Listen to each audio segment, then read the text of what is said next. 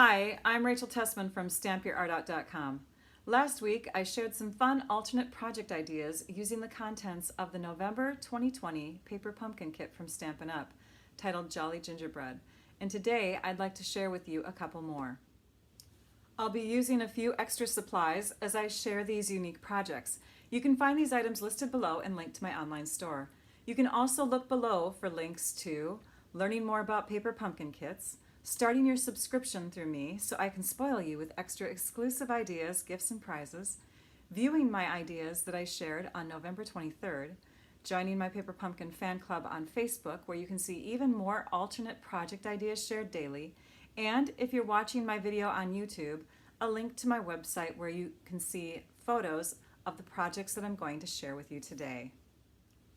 The projects today are fun fold cards, and I'll be using heat embossing and die cutting, but you can always adapt them if you don't have all these tools. Let's get started. The first card is a swing fold card, and to get started we're going to take a half a sheet of cardstock, so we're going to cut it at 5.5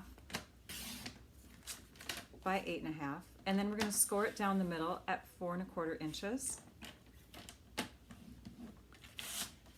We'll need the inside portion of the card, so we're going to take some Whisper White cardstock now, and we're going to cut that down to 5 inches by 8. So we're going to extend the arm on the trimmer.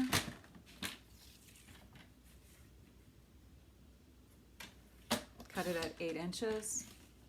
And then we're going to score at 2 inches, 4, and 6. So we've divided this 5-inch by 8-inch piece into 4 equal sections. Next, I'm going to take a piece of fun designer type paper, designer vellum, which is what I have here, and I'm going to trim that down to 4 inches by 5.25 inches. And this is going to become a layer on the front of the card. I'm going to save this 2-inch wide piece.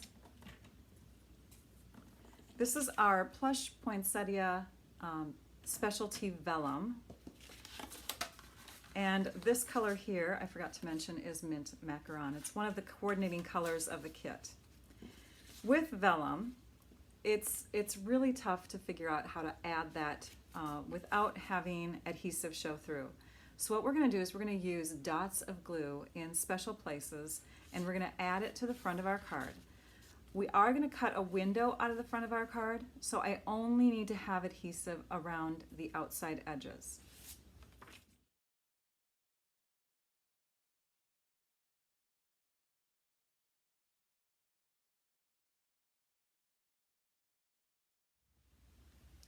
The focal point of my card, the part that's going to swing in the front, is going to be the gingerbread house. So I'm going to take this piece and I'm going to cut it into 3. I'm removing the tab. And I could choose either one of these for the front. I'm going to choose the one with the door. One thing that I did before I started all of these cards, because I've got 3 versions for you, is I measured the tallest house, and it was just over 4 inches by 2 3/8.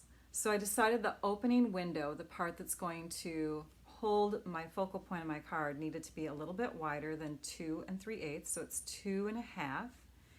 And I went with 4 inches because I can always trim off a little bit from the bottom of the other 2 houses. This one here is just under 4 inches, and I didn't want to make it too much smaller than that. So 4 inches by 2.5 is going to be the opening size of my window. So then I took some cardstock and I made that shape out of just some spare cardstock that I had, and I laid that on the front of my card. This is where I want to be cutting. I want to be removing that part.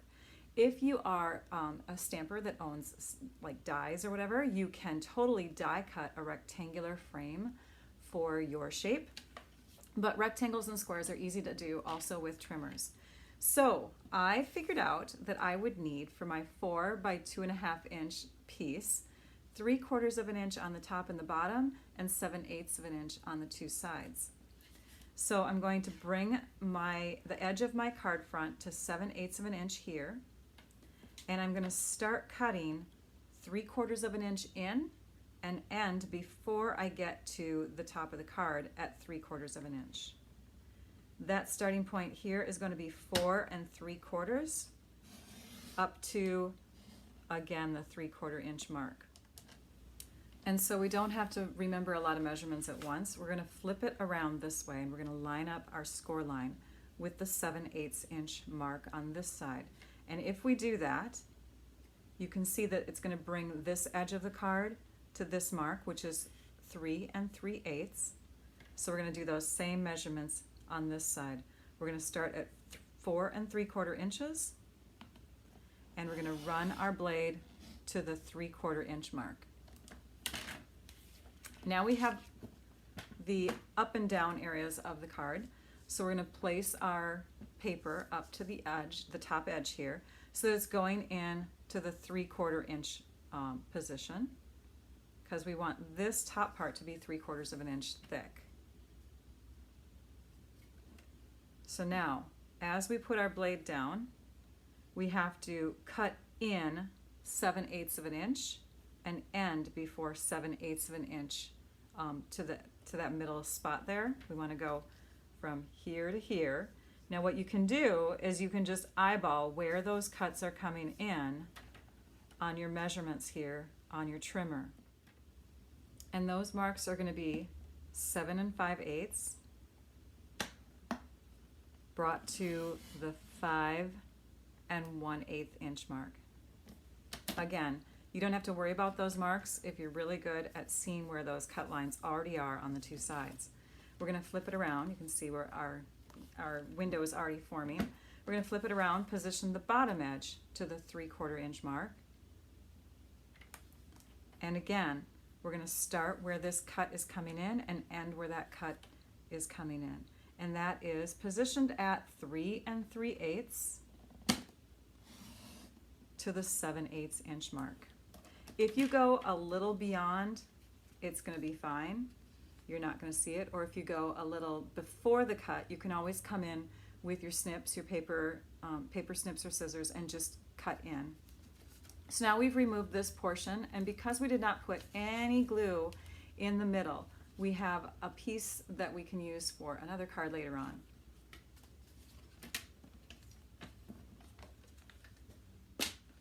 We're going to focus on the white piece next, and I'm going to stamp our sentiment for the inside of our card onto it.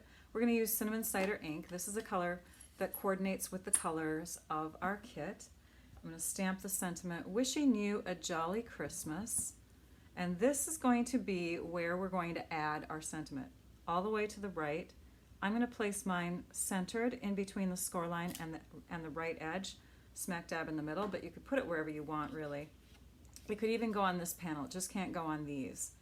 And then I think I'm going to do some little decorations too.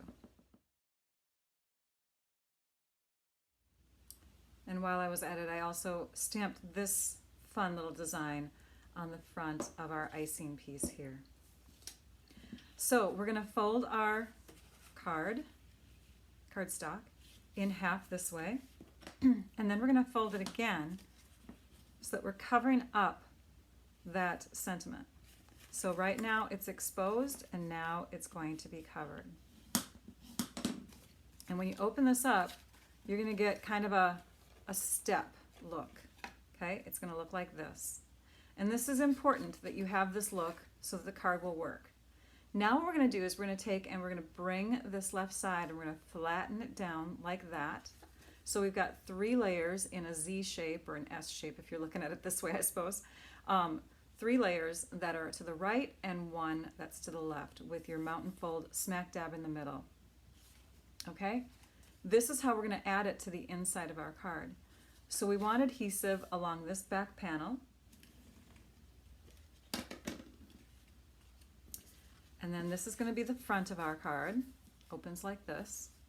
So we're going to position our sentiment layer right inside the card so that this piece is connecting with the inside score line of our outside mint macaron piece. And you want to make sure that this will fold over onto it and that this white piece is positioned centered between the top and the bottom. As you press this down, you'll also want to be looking to make sure that it's centered, looking all the way around these edges as well. If this does not look exactly the same measurement as the top and bottom, it's totally fine. You're not going to notice that much. Now you want to connect this to the front panel of the mint macaron piece. And the way we do that is we put adhesive here and here and on the side.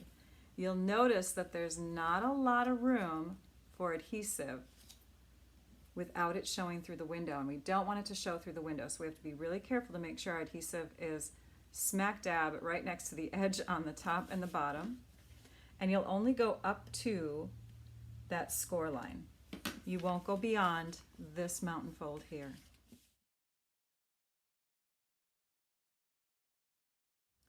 All right, we have the mechanism for the card now, so that when we open it up, we'll have our piece that's positioned in the middle swinging back and forth.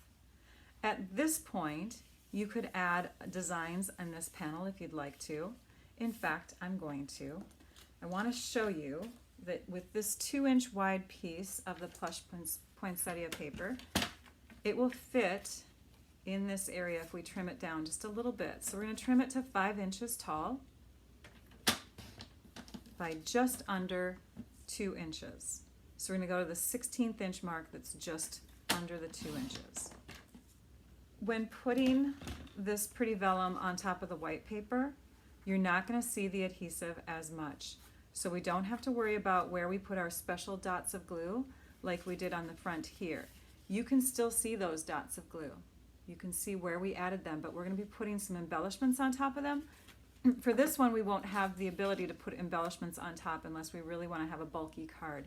So we want this to lie flat. So what I'm going to do is on this vellum, you can see there's little tiny dots here and there. And I'm going to put tiny, tiny dots of that multi-purpose liquid glue just in those areas.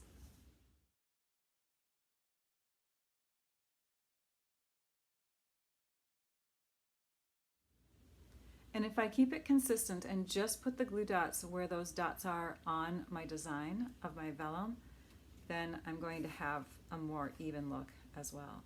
So this will get added right here to that portion of the card. Allow it some drying time. And now we're going to focus on the front here. We want this house to fit in this window, so we've already trimmed it to size if we needed to. This one does fit, but your other ones with the peaked roofs, you're going to have to trim down a little bit. So now we've got our house in there, and you'll notice as we open it, we want it to connect to the right side here. So this is where we're going to be putting our adhesive next. You'll also want to remember that you've got a gap up here, so don't run your adhesive along the whole section here. Be aware of where you're putting it.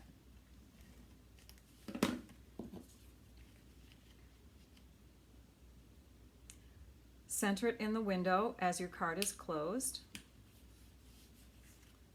Test out your design. Hey, it's working.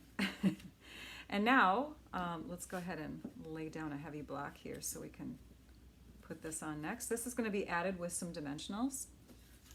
You can see I already tried doing it on the other side. And now we want to add some embellishments, and I'm bringing in some Pearl Basic jewels.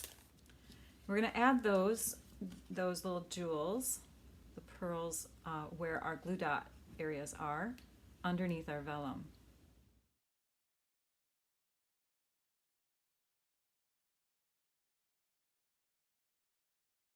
Adding the pearls, I had to angle it a couple times just to see where the glue was. That's because this is a lighter colored cardstock. The darker the color of cardstock, the more you'll be able to see those little areas where you added your glue. And now I'm going to add a few other pieces. We're going to put one of these fun little candy pieces in the middle here. I'm going to add another pearl to the front here. And that's going to become, oops, that's too big. Let's do a different one. That's going to become the door handle. And here is one of the finished versions. This is mint macaron with cinnamon cider ink. For my second one, my house has the point at the top, so we need to trim it down a bit because it's going to be too tall for that window. We want to make sure that it fits into our 4-inch window, so we want it to be just a little bit below that. And so I'm going to trim off about a 1/16 of an inch from the bottom. That one has the Blushing Bride color of cardstock underneath. And again, lighter color cardstock, so when I was trying to place the pearls on here, I was trying to find the glue dots. They were hard to find. Darker the cardstock, the easier it is to find. So again, on the inside, did the same thing here.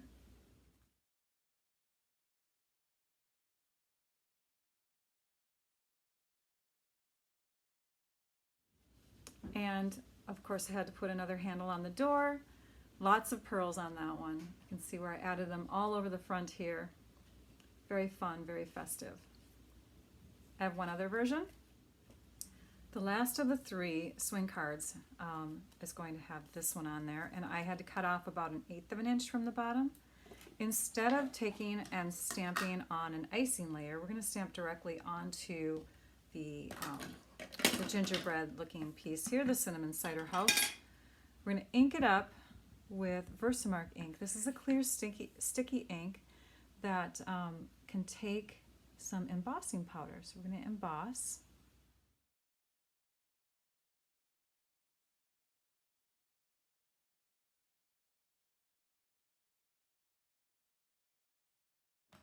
And if you saw some of the techniques I used there, I stamped with the sticky ink, I sprinkled on the powder, tapped off the excess, and then I very gently moved the heat tool back and forth. You want to use a heat tool. It's real direct high heat. You'd want to aim it away from your fingers. I also went underneath the cardstock just because I could see it starting to curl back and forth, and I didn't want it to get real warped, so I just kind of kept the heat going in both directions. We're going to stamp the second portion of our icing. And this is where the darker cardstock comes into play, and I saw my glue dots underneath, so I definitely had to cover them up with the pearls.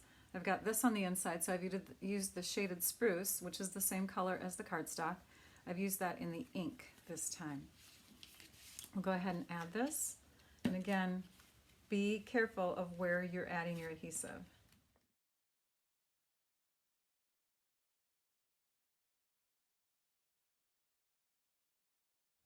So this one's more monochromatic. And there you have all 3 versions of that card. I have another card to share with you, and this next card is a pop-up card that's really unique. I got the idea from fellow demonstrator V. Tran. She shared this awesome card, which opens up and a house pops up. She shared it on November 22nd in the Paper Pumpkin Fan Club. She is a part of the same demonstrator group that I'm in, and I immediately saw it and asked her if she could share with me how to do it. And we came up with a plan. So I'm doing a short video to show how to make that. She's making a PDF, which this sheet is a part of. And then those links will be available on my blog, which you have access to now because you're viewing this video. So just go below the description of the video and click on those links, and you'll be able to access her PDF along with photos of the version that I'm going to share now. We'll start with the easy part. This is the card base, and it is 11 inches by 4 1/4, scored down the middle at 5 1/2 inches. We're going to decorate the front. She used slightly different products than I did.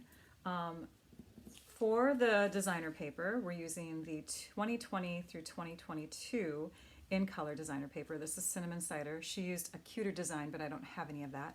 And so I've got a piece of that, and that measures just inside this, this panel here. So it measures 4 inches by 5 1/4 inches. There are 2 other pieces of that same design that are cut for the inside of the card, and they're slightly bigger because they're going to span across both sides. They're going to go here to here.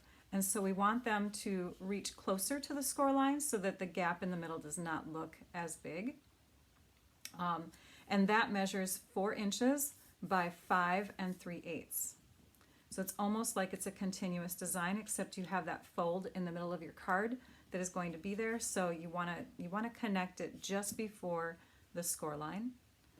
Then this is where we have different products. She used the Stitch So Sweetly dies, and I used the dies called Ornate Layers, and I've cut the design from my Ornate Layers, which is this one here. I've cut it twice with Whisper White cardstock using my Stampin' Cut and Emboss machine. And then one more layer. This is another piece of cinnamon cider that measures 3 15/16 by 2 5/8.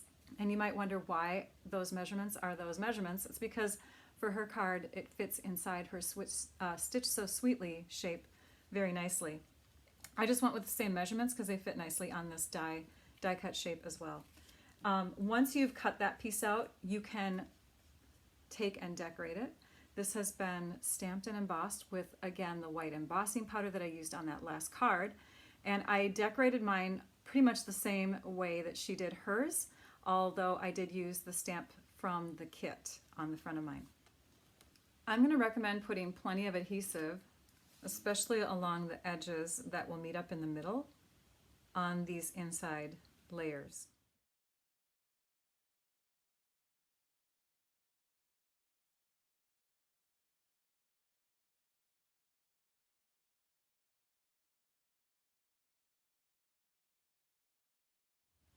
And then you could put this piece up on dimensionals if you wish, but the card is already going to have a lot of bulk with the pop-up piece in the middle. So I'm just going to stick mine on flat, just like V did.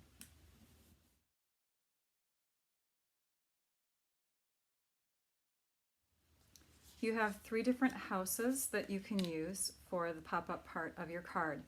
V recommends having one of the 2 that have the points at the top. That way you can add a roof on top, a white roof. This one you can't do that with, although if you were okay with an open roof, like a hole through the top, then you could use this one. But we're going to put that one aside. This is the one that she used, so I'll go ahead and use this one so we have a different version.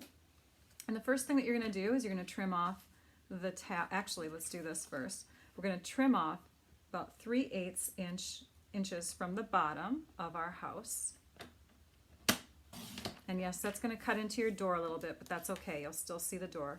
And then we're going to trim it into 2 parts and also remove that tab. So we're just cutting through the score lines. You should have 2 pieces that measure 2 3/8 inches across. We're also going to remove these chimneys so that we don't have a white chimney on the back side. We're going to add our own chimney. So you'll just cut straight across on both of those pieces. On the one with the yellow door, you have 2 chimneys to remove.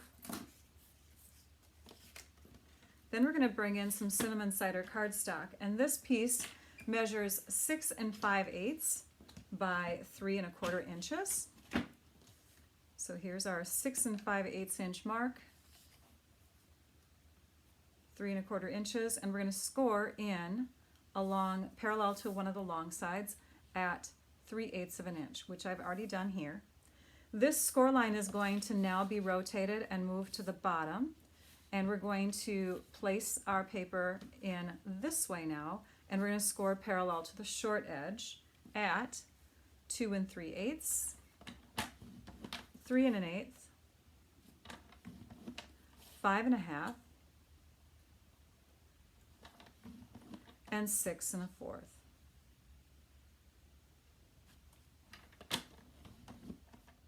And now it's time to remove some sections. So we're going to cut out this piece here.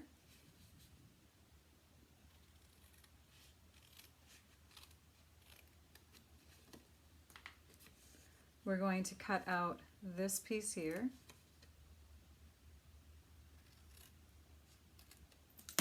You can see, if we just do some folds here, you can see where those pieces were removed. Now we need to get a little bit more precise with these tabs along the side and along the bottom. For this tab, we're just going to cut just slightly in, like that. For this side, we're going to cut just slightly in, like that. And then for the side tab here, we're going to do the same on the top and the bottom. But between these two, between this score line on the, because these are going to separate out into two different tabs, we're actually going to cut wider than that. You're going to imagine a 45-degree angle from this cut and from this cut. So to help us out with that, I'm going to grab a piece of Post-it note paper that is already cut to 3 by 3, and we're going to fold it corner to corner so that we're getting a 45-degree angle corner like that. This is going to help guide us in a couple times on our cards. So this this angle is going to help us cut here and here. Now if you need to, you can lay it down next to it, maybe trace a line, and then cut. Okay, so that's going to be nice and wide like that. And that way when we bring our box together, those pieces do not get in the way of each other. In fact, I'm just going to open this up a little bit more. Okay, they're not going to overlap. Hang on to that. That's going to help you in another spot on the card too. Now we can connect this piece to this piece here. And I recommend really strong tape with that or our glue. So I've just used the tear and tape adhesive that comes in the kit.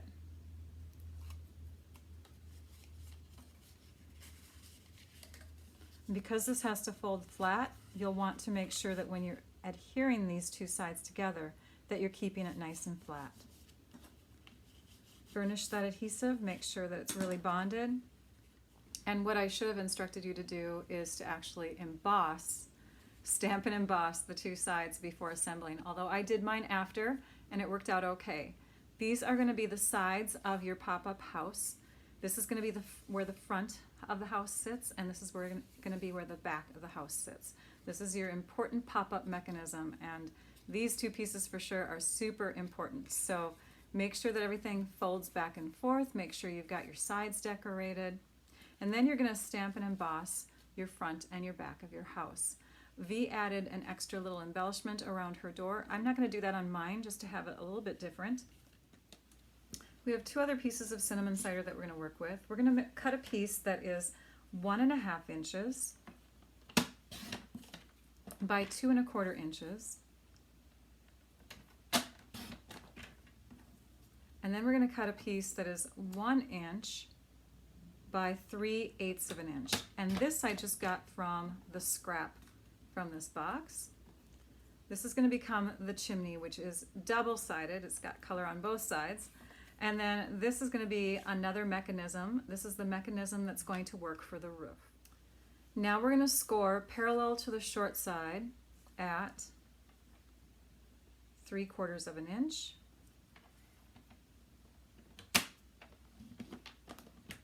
One and a half inches.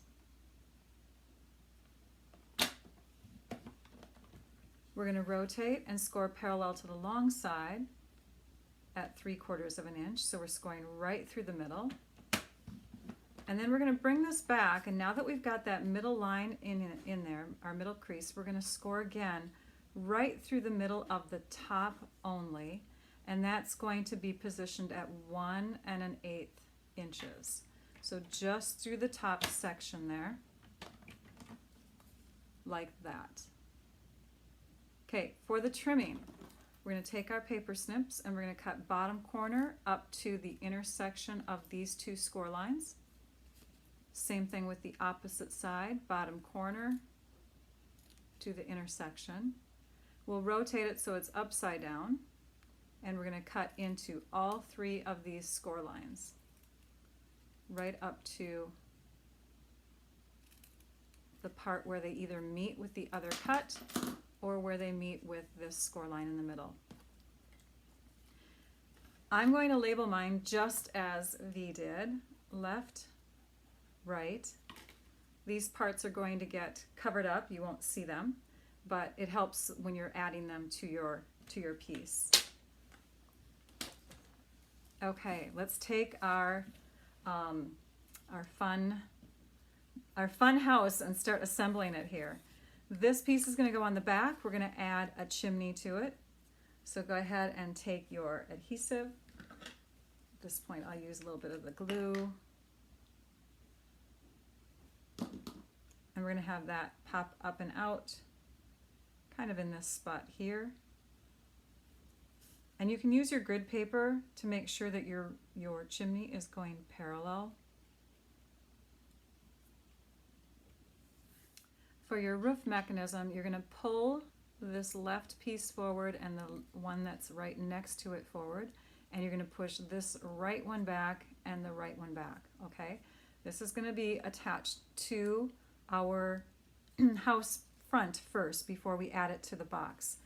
So we're going to use our grid paper again and the lines that are, you know, parallel up and down on the side of our house to kind of guide where this is going to be stuck.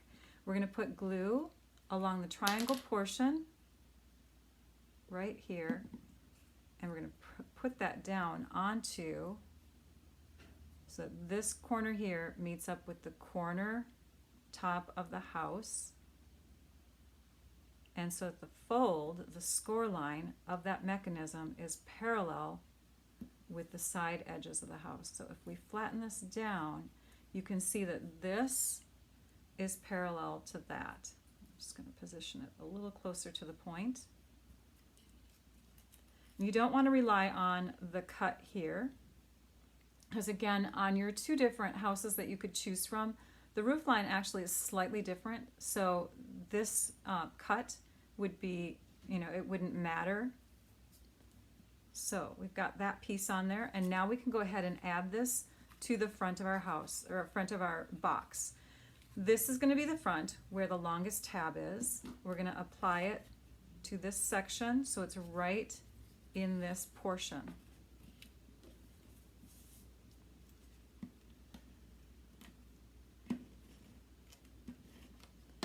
You only need adhesive on the lower portion, you know, away from the roof line.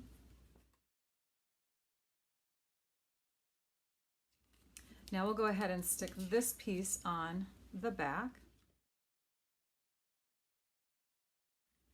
Okay, now we need to connect this top section to the corner of that roof area right there. Just as we had done on the front of the house panel, we need to do so right here. And so the tip is, and I love this tip by V, is to flatten this down. So we've got the front of the box facing us. Flatten this down in this direction, flatten this down in this direction, add some adhesive, and then we're going to squish the house this way, and it's going to connect, okay? So let's go ahead and add our adhesive.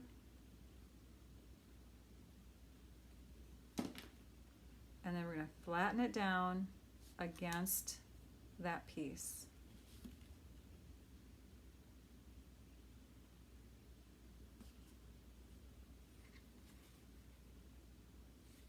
And our house does still flatten out in both directions. This is perfect. We've got our roof piece connected in there, our mechanism for our roof. This piece folds this way, this one folds this way, and we're going to add our rooftop now. For the roof, you're going to need a 3/4 of an inch wide piece of Whisper White, and it's 3.5 inches in this direction, scored in the middle at 1 3/4 inches. Okay, this is our roof. We're going to add that to our supports at the top. So we want to just make sure that it's stuck on these two sections here.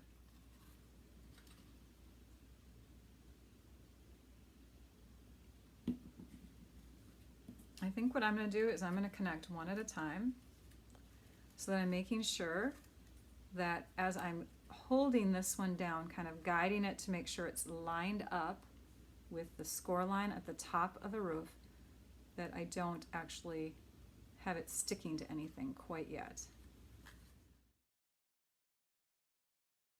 And I'm just holding it in place to make sure that it's bonding with the glue that's on this tab here. And this score line is lined up with the very tip top. And that it looks nice and straight when I've got the house open fully.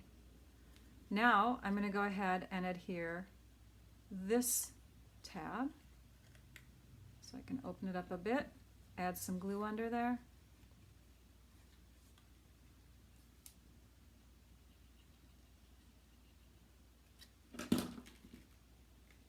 And connect that down.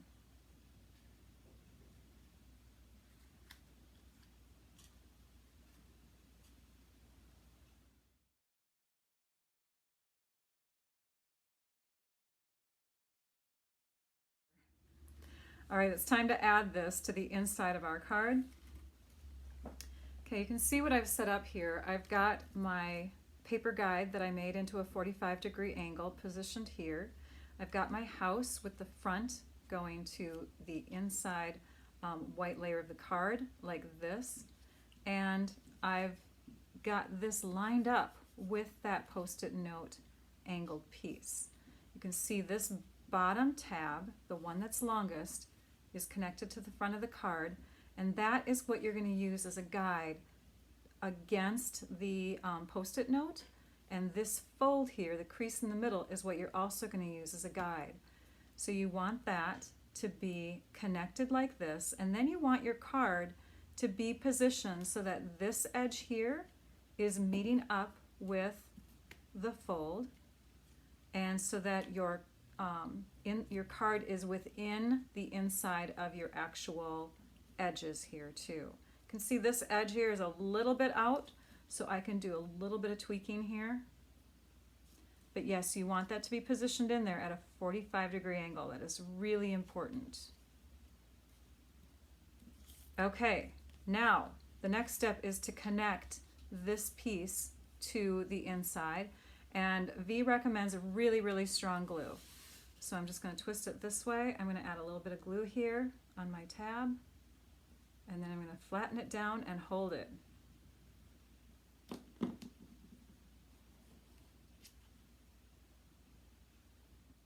And now we're going to come in and glue this tab, and it's going to connect with this portion of the card that folds over onto it. And you're going to do that. You're actually going to fold it over onto that tab and hold it there. Okay, after that has bonded, you can open up your card and test it out.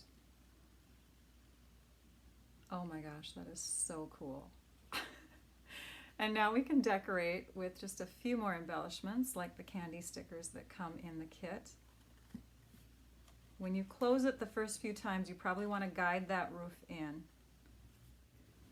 And here is the completed version of the card with all the candies on it. Isn't it so cute? I am in love with this card. And it's so much easier than I thought it was going to be. Thank you, V, for sharing that idea with me. I hope that you enjoyed this idea. Now that you've watched my video, I hope you can see that there's so much more to these kits than meets the eye. With just a few extra supplies and some imagination, you can go beyond and make so much more with these super affordable kits. I hope you gain some inspiration from what I've shared. Thank you for watching. It builds creativity to think outside the box. Be sure to subscribe to my YouTube channel so that you can catch more paper pumpkin videos that I've shared using past kits and more that I'll share with future kits. Be sure to visit my website at stampyourartout.com so that you can view close-up photos of these projects, see photos of other paper pumpkin kit ideas in future and past posts, and see many other great ideas that I share using Stampin' Up! Products. You'll find my direct website link in my description below. If you want to get spoiled with extra goodies, gifts, prizes, and extra exclusive paper pumpkin project ideas, remember to get your subscription started with me as your demonstrator using the link below. I hope that you enjoyed this video tutorial. Now I'd like you all to go and stamp your art out. Bye-bye.